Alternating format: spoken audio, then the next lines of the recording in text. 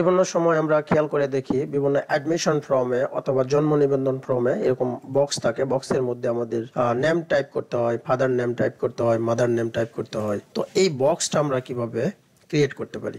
আমাদের সরাসরি কিন্তু কিবোর্ডে এরকম কোনো বক্স নেই যেটা আমরা চাপ দিলে এরকম বক্স আসবে, এরকম কোনো অপশন নেই, ইনসার্ট থেকে আমরা অপশন পাবো না। তাহলে এটার একটা কোড রয়েছে। এই কোড যদি আমরা টাইপ করি, তাহলে কোড টাইপ করার পরে আমরা যদি অল্টা এক্স মারি, তাহলে এরকম বক্স ক্রিয়েট করা সম্ভব। তো এটা কিভাবে করতে হয় সেটা হচ্ছে যে প্রথমে আমাদেরকে কিবোর্ডে 2610 টাইপ করতে হবে, তারপরে আমাদেরকে কিবোর্ডে অল্টা এক্স চাপ দিতে হবে। দেখেন এই জিনিসটা হয়ে গেছে। খুব অল্প সময়ের মধ্যে এই বক্সটি আমরা ক্রিয়েট করতে পারি। আমি যেটা বললাম সেটা হচ্ছে যে প্রথমে টাইপ করতে হবে 2610, তারপরে অল্টা এক্স চাপ দিতে হবে। তো বারবার এরকম 2610 দিয়ে অল্টা এক্স চাপে এটা ক্রিয়েট করার দরকার নেই। একটা রেডি করার পরে আমরা যদি এটাকে সিলেক্ট করে কপি করে জাস্ট কন্ট্রোল ভি মারে পেস্ট করে দেই, তাহলেই কিন্তু খুব অল্প সময়ের মধ্যে এরকম জন্ম নিবন্ধন ফর্ম অথবা এক্সামিনেশন ফর্ম, বিভিন্ন প্রকার পরীক্ষার ফর্ম তৈরি করা সম্ভব অতি অল্প সময়ের মধ্যে। ভিডিওটি শেষ পর্যন্ত দেখার জন্য আপনাকে অসংখ্য ধন্যবাদ।